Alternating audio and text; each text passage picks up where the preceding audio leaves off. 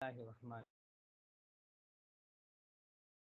الحمد للہ وکفا سلام علی عباده الذین اصطفى اما بعد اعوذ باللہ من الشیطان الرجیم بسم اللہ الرحمن الرحیم ومن آیاته ان خلق لکم من انفسکم ازواجا لتسکنوا الیہا وجعل بینکم مودۃ ورحمۃ ان فی ذلک لآیات لقوم یتفکرون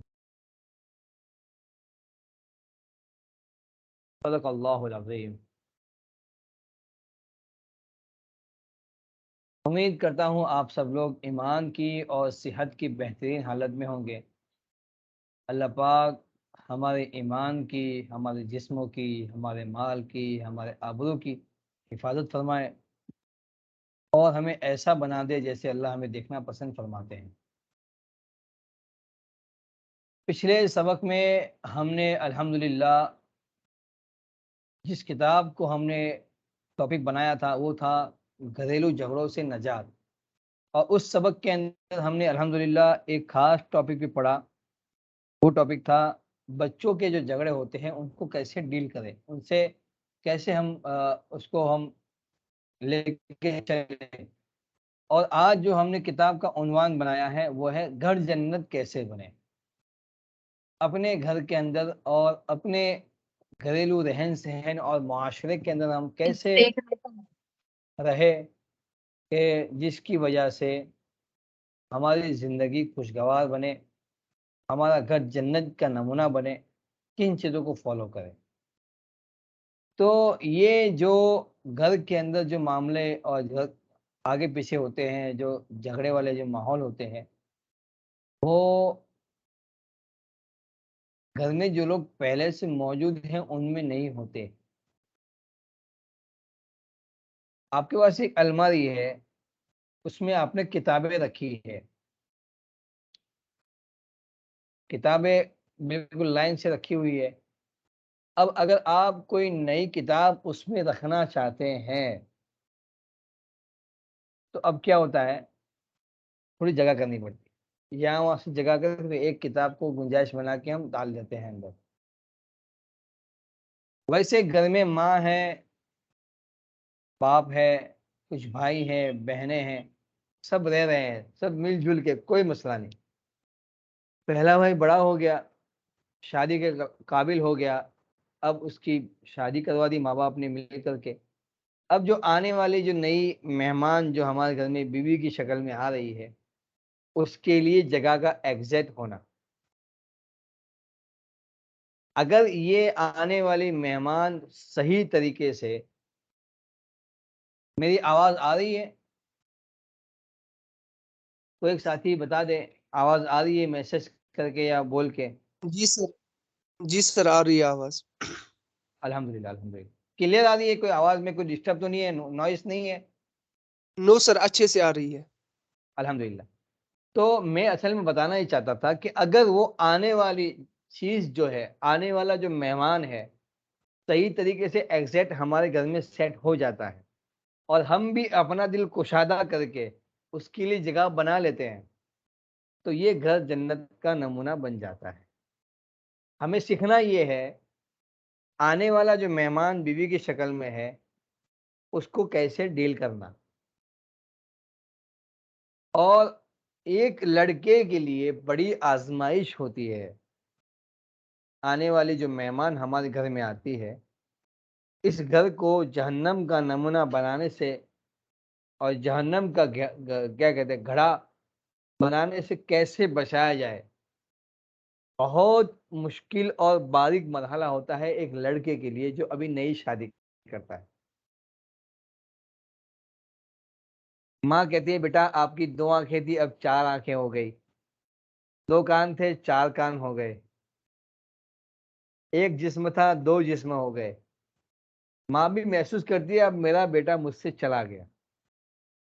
بہت نازک مرحلہ ہوتا ہے، لیکن اللہ پاک نے مرد کو دماغ دیا ہے، ایک کان یہاں دیا، ایک کان یہاں دیا، اس کان سے بیوی کی سنے، اس کان سے ماں کی سنے، بیچ میں اللہ نے دماغ دیا ہے، اس سے سوچے۔ اور ایسا فیصلہ کرے کہ نہ بیوی کے حق میں ظلم ہو نہ ماں کے حق میں ظلم ہو.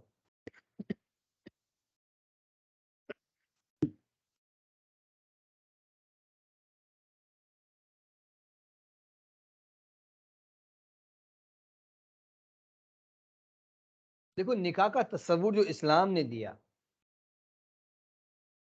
اتنا اعتدال اور اتنا بہترین تصور اور ایسے بہترین نظیر اور مثال اللہ تعالیٰ نے ہمیں اسلام کے واسطے عطا فرمائی ہے اور کسی مذہب میں نہیں ہے.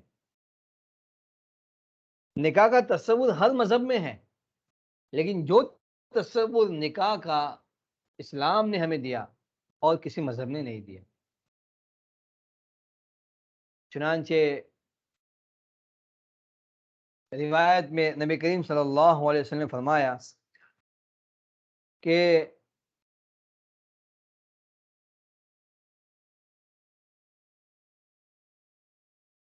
اذا تزوج العبد استکمل نصف الایمان، جب کوئی بندہ نکاح کر لیتا ہے تو اپنا آدھا ایمان، نصف ایمان گویا اس نے مکمل کر لیا. آگے رسول اللہ صلی اللہ علیہ وسلم فرماتے ہیں فَلْيَتَّقِ فِي النِّصْفِ الْبَاقِي، اب جو آدھا جو باقی ایمان جو رہ گیا ہے اس میں اللہ سے ڈرتا رہے. وہی اصل ہمارے کام ہے بھی، آنے والے مہمان کے ساتھ ہم کیسے بیہیو کرتے ہیں. اللہ تعالیٰ نے جگہ جگہ قرآن میں عاشروہن بالمعروف، اور اللہ کے رسول صلی اللہ علیہ وسلم نے آخر میں بھی فرمایا دنیا سے جانے سے پہلے پہلے کہ اپنے ماتحت کے ساتھ نرمی کا معاملہ کرنا. تو یہ جو چیزیں ہمیں رسول اللہ صلی اللہ علیہ وسلم کے واسطے سے ہمیں ملی ہے، گویا کہ نکاح کو ایک ایمان کے مکمل ہونے کا درجہ بنا کے پیش کیا. نکاح صرف جنسی خواہشات کو پورا کرنے کا ذریعہ نہیں بنایا. آدمی کو عورت کی خواہش ہوتی ہے اس کو پورا کرنے کا وجہ نہیں بتائی، نہیں، ایک نظریہ دیا اسلام نے، ایک ہمیں زندگی گزارنے کا ایک خاص طریقہ دیا. نکاح کیا چیز ہے؟ کیا کہ گڈا گڈی کا کھیل ہے کہ 2 دن مزے کر لیے پھر اس کو روانہ کر دیا، دوسری کر لی مزہ کر دیا روانہ کر دیا؟ نہ، اسلام نے جو نظریہ دیا ہے ایسا بندھن باندھا ہے کہ چھٹکارا نہیں، لیکن پھر اگر تکلیف ہوتی ہے تو اس کا راستہ بھی بتایا. جبکہ آپ ہندو مذہب کو لے لیجئے پرانے زمانے میں کہ مرد اگر مر جاتا ہے تو بیوی بھی ساتھ میں مر جاتی ہے، نہیں، اسلام نے عورت کو بھی اپنی خود مستقل زندگی دی، لیکن اس کو آپ کے نکاح میں آنے سے پہلے اس کی بھی تربیت کی. اگر کوئی ذات دنیا میں اللہ کے سوا سجدہ کے لائق ہوتی ہے، رسول اللہ فرماتے ہیں میں عورت کو حکم دیتا کہ اپنے شوہر کو سجدہ کرتی، لیکن ایسا نہیں ہے. عورت کو یہاں تک جھکایا کہ مرد کے لیے سجدہ کر سکتے تو مرد کو بھی دل کشادہ رکھنا چاہیے. ہوتا معاملہ الٹا ہے.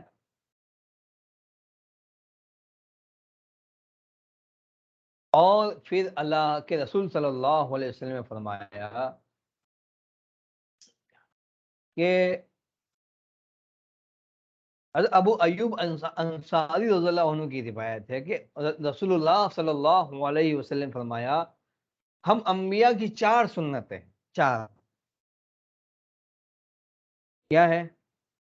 ایک تو ہے شرم و حیا، نمبر 2 مسواک کا اہتمام، نمبر 3 عطر کا استعمال، اور نمبر 4 ہے نکاح کا التزام. خود اللہ تعالیٰ نے قرآن میں فرمایا وَلَقَدْ أَرْسَلْنَا رُسُلًا مِّن قَبْلِكَ وَجَعَلْنَا لَهُمْ أَزْوَاجًا وَذُرِّيَّةً، اے محمد ہم نے آپ سے پہلے جتنے بھی انبیاء بھیجے ہیں انہوں نے بھی نکاح کیے، ہم نے ان کی بیوی بھی بنائی اور ان کی اولادیں بھی بنائی. حضرت نوح علیہ السلام کا واقعہ دیکھ لیجیے قرآن کے اندر کہ اپنے بیٹے کو کہہ رہے ہیں یا بنی ارکم معنا، اے بیٹے ہمارے ساتھ داخل ہو جائیے. حضرت موسیٰ علیہ السلام کا دیکھیے، اپنی بیوی کا تذکرہ ان کا بھی ہے کہ ساتھ میں سفر کر رہے ہیں. حضرت ابراہیم علیہ السلام کے بارے میں دیکھیے، حضرت زکریا علیہ السلام کے بارے میں دیکھیے. کہنے کا مطلب یہ ہے پچھلی جتنی بھی شریعتیں تھی اور دنیا میں جتنے بھی مذاہب ہیں سب میں جنسی خواہش پوری کرنے کا جو لیگل طریقہ جو ہمیں عطا کیا گیا وہ ہے نکاح. لیکن سب نے اپنے اپنے حساب سے اس کو گھڑا اور سب نے چرایا ہے آسمانی مذاہب سے، آسمانی مذاہب سے چرایا. ایسے نہیں، ان کے دماغ میں آ ہی نہیں سکتا کہ میاں عورت اور مرد کے جائز تعلقات کو کیا کہتے ہیں. یہ اللہ تعالیٰ ہی ہم کو بتا سکتے تھے. انہوں نے اپنی نفسانی خواہشات کو ملا کر کے ایک الگ مذہب بنا دیا، وہ الگ چیز ہے. لیکن کہنے کا مطلب خلاصہ یہ ہے، اسلام نے جو اعتدال اور توازن کے ساتھ نکاح کا نظریہ ہمیں عطا فرمایا اور نکاح کو جس طرح عبادت کی شکل میں پیش کیا، کسی اور مذہب میں اس کی نظیر نہیں ملتی. نکاح کیا چیز ہے؟ نکاح کہتے ہیں ایک مرد کا ایک عورت کے ساتھ اللہ کی ذات کو درمیان میں رکھ کر عہد و پیمان کرنا، دو گواہ، وکیل اور مجلس نکاح کی موجودگی میں اس کا اقرار کرنا کہ میں آپ کی ذات کو اپنے نکاح میں لیتا ہوں. اس ذات کو اپنے نکاح میں لینے کا مطلب کیا ہوتا ہے؟ یعنی آج سے آپ کی ساری حفاظت میرے ذمے، آپ کے کھانے کھلانے کی، آپ کے رہانے کی پوری ذمہ داری میری. یہ مرد ایگریمنٹ کرتا ہے اللہ تعالیٰ کو سامنے رکھ کر کے. اس کو کہتے ہیں نکاح. اس کے بہت سارے مقاصد ہیں نکاح کے. سب سے پہلے گناہوں سے بچنا، سب سے بڑا نکاح کا مقصد. آپ دیکھیے جن لوگوں نے نکاح کو اپنی مرضی کے مطابق کیا تو ان سے دنیا میں جو جرائم پھیلے، جو نقصان دنیا کو ہوا، اور کسی ایسے لوگوں سے نہیں. 2 دن خواہش پوری کی، اس کو روانہ کر دیا، تو پھر یہ زنا کا اڈا کھل گیا، زنا کے بازار عام ہو گئے. لا حول ولا قوت الا باللہ. کہنے کا مطلب یہ ہے کہ اللہ تعالیٰ نے ہمیں نکاح کا جو نظریہ دیا ہے، ہمارے اندر نیچرل اللہ تعالیٰ نے رکھی ہے یہ جنسی خواہش، شہوت کو رکھا ہے، سیکس کو رکھا ہے. چونکہ اگر یہ نہیں ہوگا تو دنیا ٹھپ ہو جائے گی، دنیا ختم ہو جائے گی. نکاح کے اولین اور بڑے مقاصد میں سے ایک مقصد یہ بھی ہے کہ نسل انسانی کی افزائش ہو، ان دنیا میں انسان بڑھے. اللہ تعالیٰ چاہتے ہیں. خود رسول اللہ صلی اللہ علیہ وسلم فرمایا، تزوج الولود والودود، تم ایسی عورت سے نکاح کرو جو بہت زیادہ اولاد دینے والی ہو اور ٹوٹ کے محبت کرنے والی.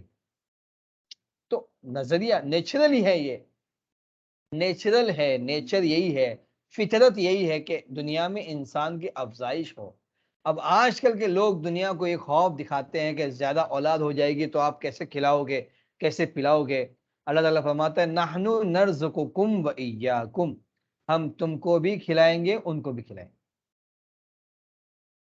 لا تقتلوا اولادکم خشیۃ املاق، تم اپنی اولاد کو فقر اور غریبی کے خوف سے قتل نہ کرو. لیکن دنیا نے یہ باور کروایا ہم سب کو. اب ہم کہتے ہیں ہم دو، ہمارے دو، ایک کے بعد ابھی نہیں، دو کے بعد کبھی نہیں. ایک غلط تصور ہے، غلط نظریہ ہے، جو دین سے بیزار ہے، جن کا یہ عقیدہ ہے کہ ہم کریں گے، پڑھیں گے اور تو کمائیں گے، اور کمائیں گے تو کھائیں گے. اور جن کا یہ عقیدہ ہے کہ وَمَا مِن دَابَّةٍ فِي الْأَرْضِ إِلَّا عَلَى اللَّهِ رِزْقُهَا، دنیا میں جو کوئی بھی چرند پرند ہے ان کا رزق کی ذمہ داری اللہ کے اوپر ہے. جن کا یہ نظریہ ہے وہ اولاد سے نہیں گھبراتے. آج ہم پڑھے لکھے دور میں ہیں تو دو پہ ہم ڈر جاتے ہیں. ہمارے پرانے باپ دادا دیکھیے، دادا پردادا دیکھیے، آپ کے کتنے چچا ہیں؟ کسی کے 6 ہے، کسی کے 7 ہے، کسی کے 8 ہے، کسی کے پورے ملا کے بھائی بہن ملا کے پھوپھی اور چچا ملا کے 10 12 ہے. سب کے سب خوشحال زندگی گزار رہے ہیں نا، کوئی بھیک تو نہیں مانگ رہا ہے. اور آج ہم پڑھے لکھے ہونے کے باوجود، سائنس کو سمجھنے کے باوجود ہم یہ تصور لے کے بیٹھے ہیں 2 سے زائد ہوگا تو ہمارا حال خراب ہو جائے گا، ہم کو کما کے نہیں کھلا سکتے.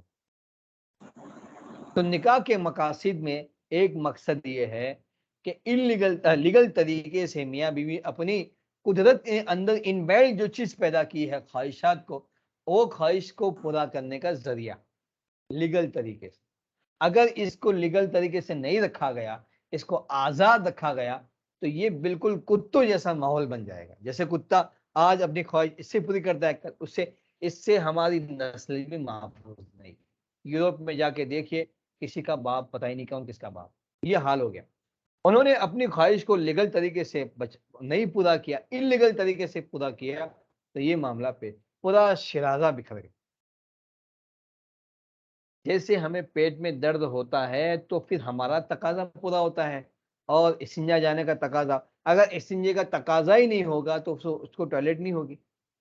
اس طرح اللہ تعالیٰ نے انسان کے اندر خود بخود یہ چیز رکھی ہے کہ جس کی وجہ سے اس کو عورت کی ضرورت پیش آتی ہے. تو ضرورت کیسے پوری کرے؟ تو اللہ تعالیٰ نے فرمایا دیکھو دو گواہ ہو, لڑکی مسلمان ہو, لڑکا مسلمان ہو, لڑکی کا کوئی وکیل ہو, اور مجلس نکاح ہو, اور نکاح کو عام کر کے آپ نکاح کرو.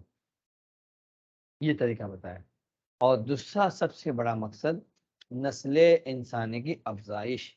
لیکن ان بچے کو دنیا میں آنے سے پہلے ماں باپ کو اللہ نے تربیت دی, اور تربیت یہ بتائی کہ دیکھو بچہ 7 سال کا ہو جائے نماز کا حکم دو, بچے کی تربیت کرو. باپ کو بیٹی کے بارے میں کہا, جس کی 2 بیٹیاں ہو اس نے بہترین تربیت کی, بہترین طریقے سے ان کا نظام سنبھالا, اور پھر ان کا بہترین طریقے سے نکاح کیا.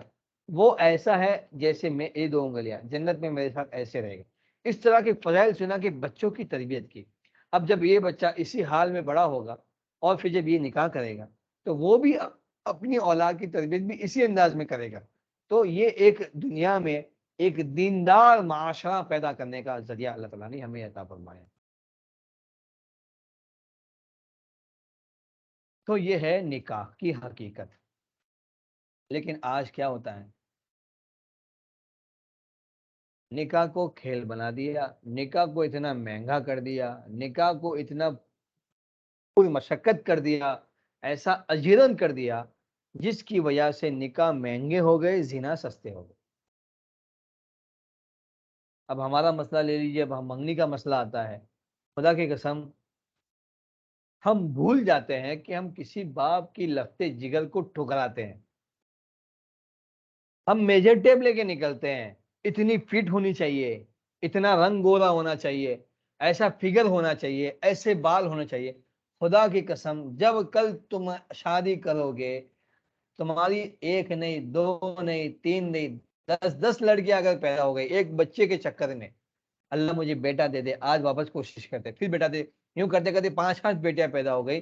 اور جب تمہارے گھر میں وہ بیٹی کا رشتہ کوئی لڑکا ڈھونڈتے ڈھونڈتے آپ کے گھر پہنچے گا, اس کو پوچھیں گے اس سے پہلے کتنی دیکھی, وہ کہے گا میں 10 تو دیکھ چکا ہوں, ابھی 11ویں دیکھ رہا ہوں. اس سے پہلے کتنی دیکھی, 40 دیکھ چکا ہوں, ابھی 41ویں دیکھ رہا ہوں. اس سے پہلے کتنی دیکھی, 50 دیکھ چکا ہوں, 51ویں دیکھ رہا ہوں. 50 کیوں ریجیکٹ کیا؟ میری مرضی کی, میری میجر ٹیپ میں نہیں اتر رہی تھی, میں نے ریجیکٹ کر دیا. جب آپ کی بیٹی کے ساتھ یہ رویہ اختیار کیا جائے گا تب پتا چلے گا کہ کسی کی بیٹی کو ٹھکرانے کا کیا مطلب ہوتا ہے. رسول اللہ صلی اللہ علیہ وسلم فرمایا تنکح النکاح باربع, 4 چیزوں کی وجہ سے نکاح کیا جاتا ہے. بحسبها وبنسبها, کہ اس کے حسب کی وجہ سے یا اس کے نسب کی وجہ سے, اس کے مال کی وجہ سے, اس کے دین کی وجہ سے. پھر فرمایا تریبت یداک, تیرے ہاتھ خاک آلود ہو, فظفر بذات الدین, دین والی کو قبول کرنا, خوبصورتی حسن مت دیکھ. ہمارا مسئلہ کیا ہے, مس ورلڈ ہونی چاہیے, مس یونیورسل ہونی چاہیے, ایسی خوبصورت کہیں ملے ہی نہیں. تو پھر وہ آتی ہے نا, تو پھر آپ کو بھی ایسا نہ چاہتی ہے, اور اس کے چکر میں آپ نے جتنی بیٹیاں ٹھکرائی ہے نا, جتنی باپ کی لگتے جگر کو آپ نے ٹھکرایا ہے, اللہ تعالیٰ تمہیں بھی وہ دور سے گزارے گا.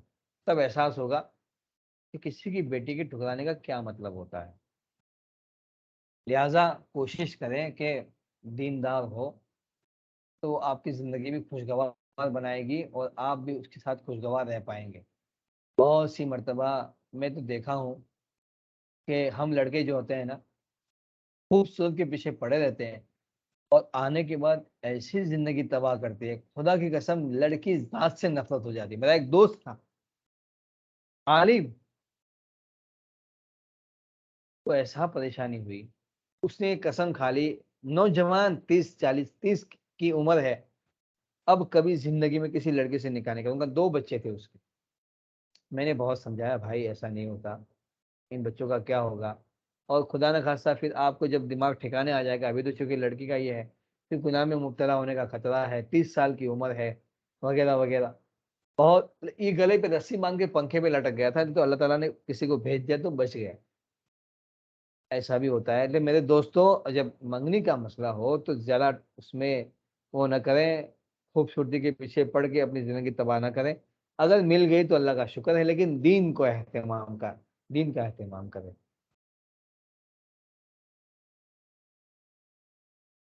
تو اب جب نکاح ہو جاتا ہے تو اس میں سب سے بڑا مسئلہ جو ہمارے درمیان میں جو آ کے پریشان کرتا ہے وہ ہے سکون. اللہ پاک نے عورت کو فرمایا لتسکنوا الیہا. ہم مرد عورت کے پاس سکون حاصل کرتے ہیں، جسمانی بھی روحانی بھی. فتاوی رحیمیہ کی جلد میں یہ بات لکھی ہوئی ہے، جب میاں بیوی صحبت کرتے ہیں، تنہائی کا تعلق کرتے ہیں، تو اس کے بدلے میں اللہ پاک اور پھر جب غسل کرتے ہیں تو ہر بال کے بدلے میں ایک ایک نیکی دیتے ہیں. سوچیے کیوں. اگر یہی کام اگر کسی ناجائز طریقے سے کرتا تو روایت میں ہے جب آدمی زنا کرتا ہے اس کا ایمان اس کے سر کے اوپر ہوتا ہے. اگر اسی حال میں خدا نہ خواستہ انتقال ہو گیا تو کافر کی موت مرے. جب گناہ سے باہر آ جاتا ہے تو غیرت ایمان غیرت آتی ہے ایمان کو تو باہر چلا جاتا ہے. جب گناہ سے باہر آ جاتا تو پھر واپس آ جاتا ہے. صحابہ بیٹھے ہوئے تھے، حضور بیٹھے ہوئے تھے، بات چل رہی تھی تو حضور نے بات فرمایا کہ جب کوئی آدمی اپنی بیوی کے ساتھ صحبت کرتا ہے تو اس کو باقاعدہ صدقے کا ثواب ملتا ہے. صحابہ کہتے ہیں اللہ کے رسول، صدقے کا ثواب؟ سمجھ سے باہر کی بات ہے. کہ اگر یہی کام ناجائز طریقے سے کرتا تو بتائیے گناہ ہوتا نہیں ہوتا؟ ہاں بالکل ہوتا. تو جب وہ کام جائز طریقے سے کرے گا تو ثواب ملے. ایک آدمی کسی کا پیسہ چرا کے کسی غریب کو بانٹ رہا ہے، ثواب ملے گا؟ نہیں ملے گا. لیکن کسی کا حق کا پیسہ لے کر کے وہ پیسہ اگر کسی غریب کو دیتا تو ثواب ملے گا. دونوں میں فرق ہے.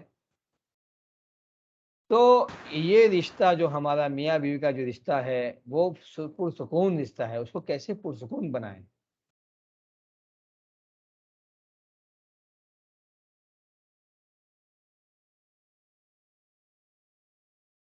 میاں بیوی کا جو رشتہ ہوتا ہے نا بڑا نازک ہوتا ہے، ڈیلیکیٹ. بڑا یہ ریلیشن بڑا ڈیلیکیٹ ہوتا ہے، بڑا نازک ہوتا ہے. اگر اللہ کا خوف بیچ میں نہ ہو، اللہ اور اس کے رسول کی بات کو وہ ایکسیپٹ نہ کرتا ہو تو پھر اس کو کوئی نہیں سمجھا سکتا. لیکن جو اللہ کو مانتا ہے، اس کے رسول کی بات کو سنتا ہے، تو یقیناً کبھی بھی اپنی بیوی پہ زیادتی نہیں کرے گا. یقین جانیے. اللہ تعالیٰ نے، اللہ کے رسول نے فرمایا جب کوئی آدمی نکاح کرتا ہے تو گویا اس نے نصف ایمان مکمل کر دیا. فَلْيَتَّقِ اللَّهَ فِي النِّصْفِ الْبَاقِ فَلْيَتَّقِهِ فِي النِّصْفِ الْبَاقِ. اب جو آدھا حصہ جو باقی رہ گیا اس میں اللہ سے ڈرے. عورت کو نہیں کہا گیا، مرد کو کہا. ہم مرد کو اللہ تعالیٰ نے ذمہ داری دی کہ آپ گھر کے امیر ہیں، گھر کے حاکم ہیں. رسول اللہ صلی اللہ علیہ وسلم نے فرمایا کہ استوصوا فی النساء معروفا او کما قال صلی اللہ علیہ وسلم، کہ مجھ سے عورتوں کے بارے میں آپ نرمی کرنے کی وصیت قبول کیجیے.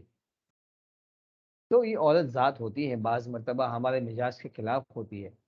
لیکن ہم لوگ کیا کرتے ہیں کہ جس طرح 5 سال کا بچہ اگر ہم کو منہ پہ مارتا ہے، 2 سال کا بچہ ہمیں مارتا ہے تو ہم سمجھتے ہیں نادان ہے، غلطی سمجھ کے اس کے ساتھ ریئیکٹ نہیں کرتے، نادان سمجھ کے ریئیکٹ کرتے ہیں. اس طرح عورت چاہے کتنی ہی بڑی ہو جائے، شریعت نے اس کے نصف عقل والا بتایا، ناقصۃ العقل. تو کبھی کبھی ہم سے الٹا ریئیکٹ کرتی ہے تو اس کا فوری جواب نہیں دینا. مرد کو اللہ تعالیٰ نے اتھارٹی دی ہے اس لیے طلاق کی کہ یہ ہوتا ہے بردبار، چیزوں کو سہنے والا ہوتا ہے. اگر یہی اتھارٹی عورت کو دی جائے تو ہر 2 دن میں طلاق ہو، ہر 2 دن میں کھلا ہو. سوچنے کی بات ہے یہ. اللہ تعالیٰ نے بار بار فرمایا وَاتَّقُوا اللَّهَ وَاتَّقُوا اللَّهَ وَاتَّقُوا اللَّهَ. یہ درمیان میں اللہ کو رکھے. ہم نے جو معاہدہ کیا ہے ایک عورت کو اپنی نکاح میں لے کر کے, اس میں ڈرنے کا حکم دیا. سب سے پہلے تو نکاح کے معاملے میں ہم دیندار کو تلاش کریں. جب وہ ہمارے گھر میں ایک بہو, ہماری ماں کی بہو اور ہماری بیوی بن کے جب آ جائے تو اس کے ساتھ کیسے ریئیکٹ کرنا ہے.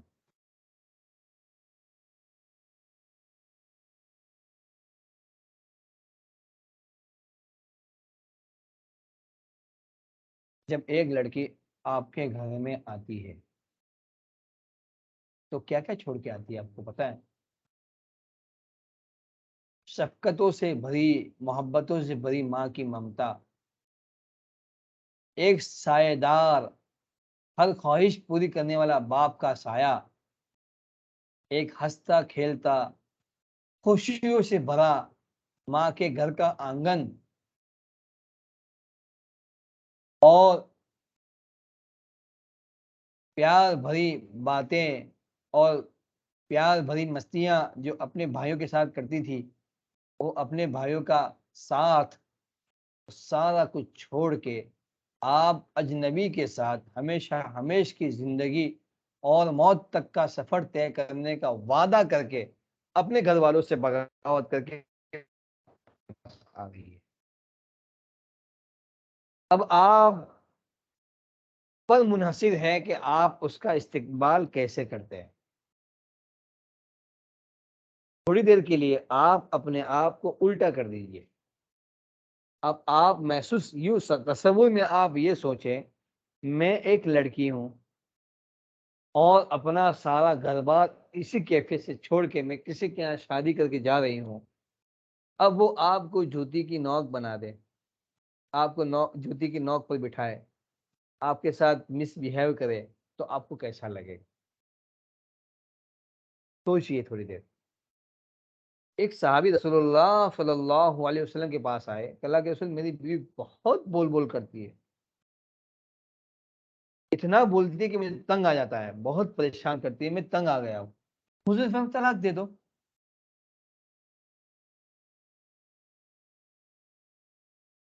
دیکھو میرے پیارے بھائیوں, آپ جہاں کیسے بھی ہو, ہر چیز کا حل طلاق نہیں ہوتا.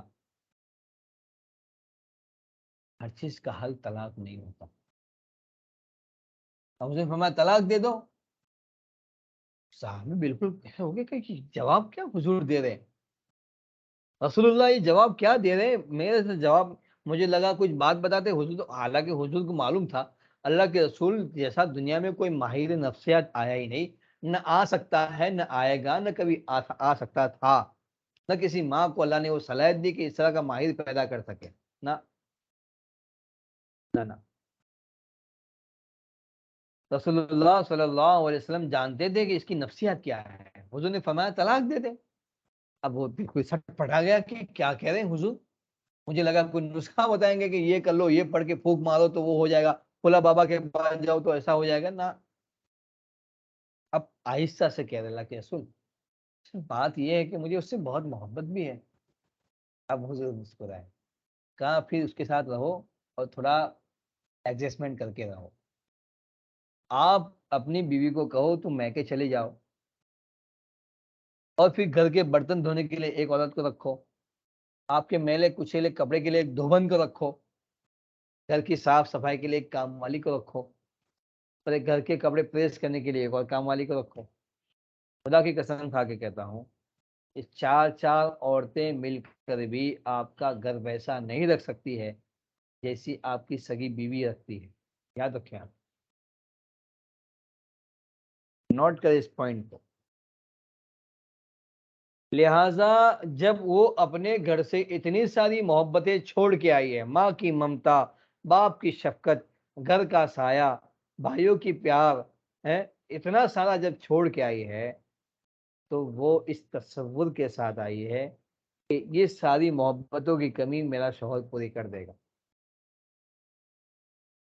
لہذا اگر کچھ تو میں ہو جاتی ہے, برتن ہیں بچتے ہیں, کچھ مس بیہیو ہو جاتا ہے, تو آپ بکھر نہ جائیں, آپ دریا ہیں, دریا, اس کو پی جائے.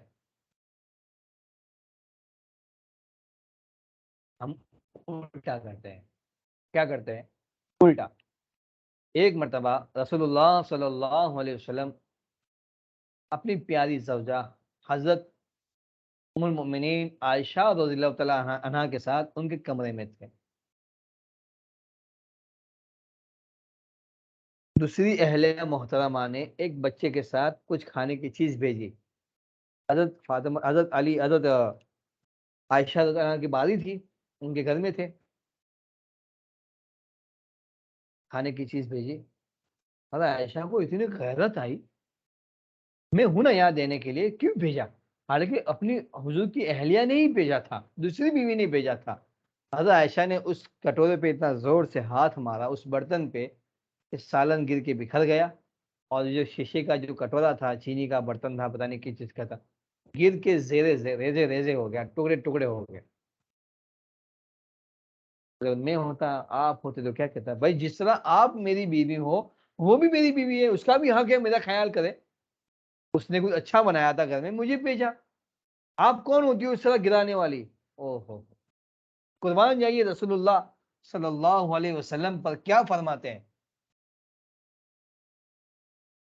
فرمایا بچے کو، تمہاری ماں کو غیرت آ گئی، ماں کو غصہ آ گیا، بس اتنا کہا. اور کہا عائشہ، آپ نے اس کا برتن توڑا ہے، ایسا برتن لا کے اس کو دے دیں، بس اور کچھ نہیں.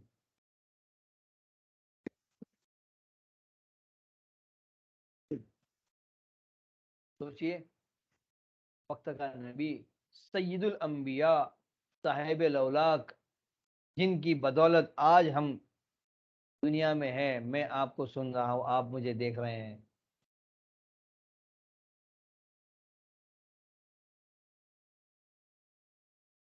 اتنی بڑی ذات تھی رسول اللہ کی.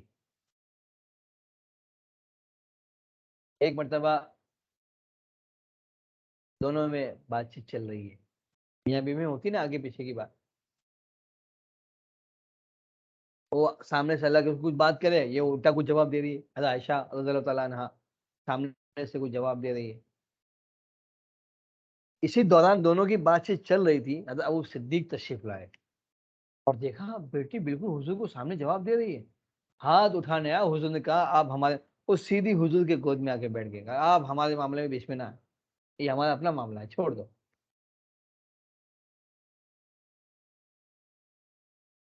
تو عورتیں تو اپنی طرف سے پورا، ہم رسول اللہ صلی اللہ علیہ وسلم نے دونوں طرف سمجھایا. عورتوں کو کہا دیکھو تمہارا شوہر سر کا تاج ہے، اس کی عزت وہ ہے کہ آپ کو اس کے پیروں میں ہونا چاہیے. اس کے پیروں میں آپ کو سجدے کرنے کی میں اجازت دیتا اگر سجدہ جائز ہوتا تو، لیکن چونکہ اللہ کے علاوہ کسی کو سجدہ جائز نہیں، اس لیے میں نہیں کہہ سکتا ہوں. لیکن دیکھو تم عورتوں کی نافرمانی کی وجہ سے میں نے تم کو جہنم میں سب سے زیادہ دیکھا. حضور نے ایک طرف عورتوں کو یہ کہا، دوسری طرف ہم کو یہ کہا کہ تم بھی نرمی کا معاملہ کرو، تم بھی نرمی کا معاملہ کرو. اس میں ازواج مطہرات کا اور رسول اللہ کے ساتھ تھوڑا سا معاملہ ناچکی کا ہو گیا. اللہ کے رسول ناراض ہو گئے تھے ازواج مطہرات سے. تو حضرت عمر رضی اللہ تعالیٰ عنہ نے سنا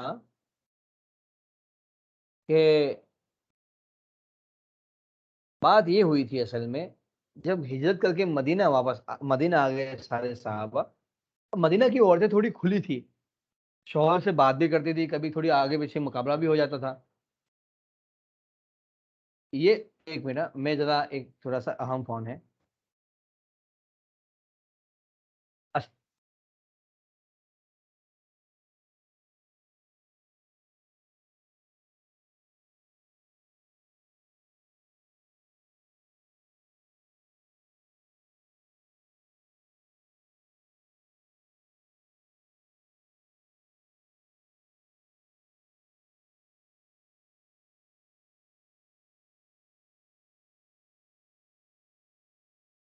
بہت بہت معذرت کے ساتھ، بہت مجبوری تھا اس لیے میں نے فون اٹھایا، ایک بڑے عالم کا فون تھا ورنہ میں فون نہیں اٹھاتا. تو میری معذرت قبول فرمائے، اللہ آپ کو جزائے خیر دے. تو بات چل رہی تھی ہماری کہ حضرت عمر رضی اللہ عنہ اپنی اہلیہ کے ساتھ بیٹھے ہوئے تھے، اور حضرت عمر کچھ گہری سوچ میں تھے، کچھ سوچ رہے تھے ایسے. اب ان کی اہلیہ کو پتہ چل گیا کہ کس معاملے میں سوچ رہے ہیں. انہوں نے کہا دیکھو ابن خطاب، اپنے اپنے شوہر کو کہا کہ اگر آپ اس طرح کریں تو کوئی مشورہ دیا. حضرت عمر کا دماغ ایک دم گرم ہو گیا کہ تم عورتوں کو کیا ہو گیا ہے؟ مردوں کے معاملے میں آپ دخل اندازی کرتی ہو, کیا ہو گیا ہے تم عورتوں کو؟ تو حضرت عمر کی جو اہلیہ تھی وہ انہوں نے آگے سے جواب دیا احترام کے ساتھ, ابن خطاب میں آپ کے فائدے کے لیے کوئی بات کر رہی ہوں, تو آپ تو اوپر سے اور غصہ ہو رہے ہیں. وہ کہا کہ بس تم عورتوں کو عادت پڑ گئی ہے, یہاں کی عورتوں کے ساتھ مل کے تم بگڑ گئی ہو. تو کہا آپ کیا ہماری بات کرتے ہیں؟ اللہ کے رسول کی ازواج جو ہے نا, ازواج مطہرات, وہ بھی تو کبھی کبھی حضور کو جواب دیتی ہیں. کہا اچھا حضور کو جواب دیتی ہے, تب تو ہماری حفصہ برباد ہو گئی. حضرت حفصہ رضی اللہ عنہا حضرت عمر کی بیٹی حضور کی نگاہ میں تھی. کہا وہ بھی جواب دیتی؟ کہا ہاں وہ بھی جواب دیتی ہے. وہاں سے کام چھوڑ کے سیدھا اپنی بیٹی کے پاس. اور کہا حفصہ تم ایسا کرتی ہو, میں نے سنا. کہا میں تھوڑی دوسری بھی جواب دیتی ہے, میں اکیلی تھوڑی جواب دیتی ہوں, دوسری بھی بولتی ہے. کہا حفصہ اللہ کے واسطے ایسا نہ کر, برباد ہو جائے گی, سارے اعمال ضائع ہو جائیں گے اگر آپ ایسا کرو گی تو. کہا ٹھیک ہے آئندہ میں احتیاط کروں گی. اور پھر حضرت عمر کو لگا کہ اگر اس طرح کا معاملہ ہے تو دوسری عورتوں کو بھی سمجھانا چاہیے. تو حضرت سودا بنت زمعہ, یہ حضرت کی عمر کے رشتے میں لگتی تھی, وہ گئے سیدھے ان کے پاس سمجھانے کے لیے. کہا دیکھو بہن ایسا مت کرو. حضرت سودا کو غصہ آ گیا, اور حضرت عمر فرماتے ہیں ایسا مجھے جواب دیا کہ پھر مجھے آگے کسی کے پاس جانے کا ہمت. کہا تم کون ہوتے ہو ہماری اصلاح کرنے والے؟ ہماری اصلاح کرنے کے لیے اللہ کے رسول کافی ہے, تم کو کیا ضرورت ہے ہمارے ہمارے معاملے میں انوالو ہونے کی, اپنا کام کرو. یہ جواب دیا سودا بنت زمعہ نے. اب ان کو ایسا لگا تھوڑا کیا یار یہ تو معاملہ بالکل برعکس ہو گیا ہے, تو بالکل خاموش ہو کے چپ چاپ وہاں سے نکل گئے. تو ہم مردوں کو اپنا دل کشادہ رکھنا ہے, آنے والی بہو کے لیے, آنے والی عورت کے لیے, آنے والی بیوی کے لیے.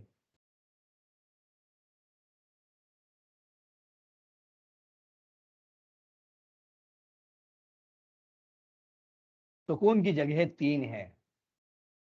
مرد سکون کہاں سے حاصل کر سکتا ہے؟ 3 جگہوں سے. قرآن نے فرمایا وَسَكَنْتُمْ فِي مَسَاكِنِكُمْ, اور تم سکون حاصل کرتے ہو اپنے گھروں میں. نمبر 2 لِتَسْكُنُوا إِلَيْهَا, بیوی سے سکون حاصل کرتے ہیں. نمبر 3 وَجَعَلَ اللَّيْلَ سَكَنًا, اللہ تعالیٰ نے رات کو بھی سکون بنایا.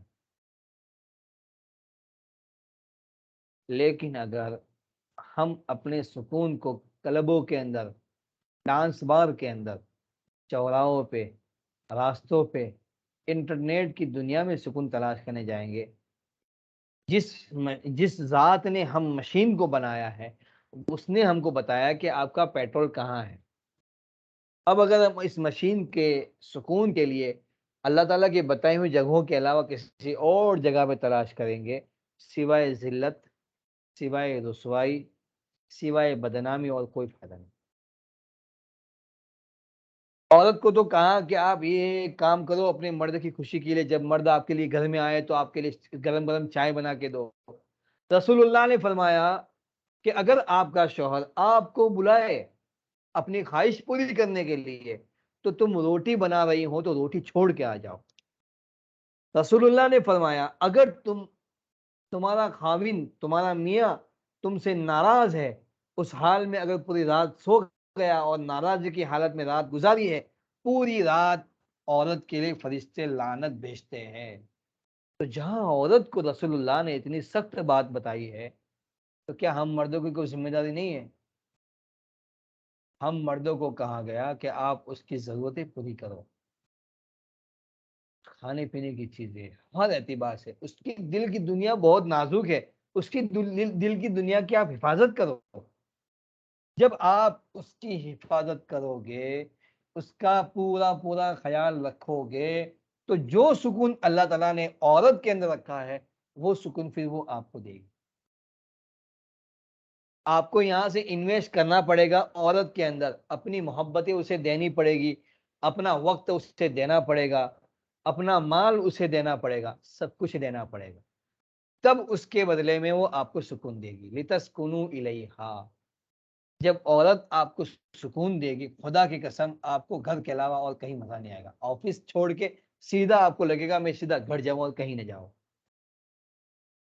وہ آپ کے لیے باتھ روم میں گرم پانی کا، ٹاول کا، نائٹ کپڑے کا انتظام کر کے رکھا ہوگا. آپ کو آگے آپ آئے، سکون سے آئے، دو آپ کو ٹھنڈا پانی پلائے گی. چلو اب تھوڑا سا غسل کر لو، واش کر لو بدن، آپ تھک کے آئے ہیں. تھوڑا سر پہ ہاتھ کرے گی، تیل لگائے گی، اچھا لگے گا، ایسا لگے گا اور کہیں جانا نہیں.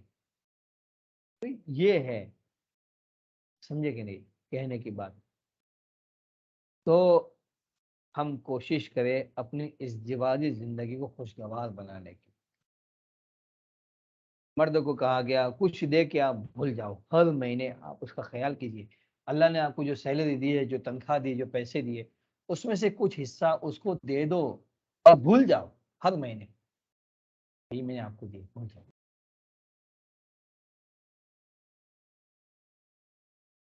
اس سے وہ اپنی ضرورتیں پوری کرتی ہے. کبھی کچھ دل میں آیا، کوئی مہمان آیا ہے، اس کے بچے کو پیسے دے، اب وہ کہہ رہے اجے سنتے ہو جی کیا ہوا، ارے کچھ 10 بھی دے دو نا، وہ پلا کا بچہ ہے اس کو دے دو. کتنا برا لگتا ہے اس کو. ہر مہینے باپ اس کے جیب میں 150 روپے، 200 روپے، 500 روپے رکھ لیتا تھا. اب وہ کبھی باپ کے ساتھ مانگنے نہیں جاتی تھی. اب وہ وہی ذمہ داری اب آپ کی بنتی ہے. اسے کہے بغیر آپ کی ضرورت پوری کرو.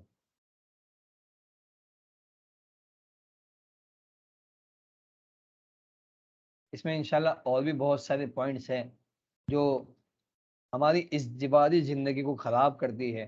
انشاءاللہ اس کا باقی کا جو سبق ہے، انشاءاللہ باقی کے جو پوائنٹس ہیں اور باقی کی جو باتیں ہیں اور جو نقطے کی باتیں ہیں، انشاءاللہ کل کے سبق میں ہم پڑھیں گے اللہ نے چاہا تو. مجھے امید ہے انشاءاللہ آپ لوگ کل کے سبق میں بھی وقت پر جڑ جائیں گے. بہت ساری کام کی باتیں ہوگی انشاءاللہ.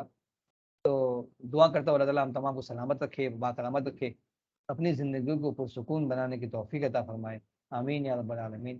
تب تک کے لیے دعاؤں میں یاد رکھیں. انشاءاللہ اللہ نے چاہا تو پھر سے ملیں گے. السلام علیکم ورحمۃ اللہ وبرکاتہ.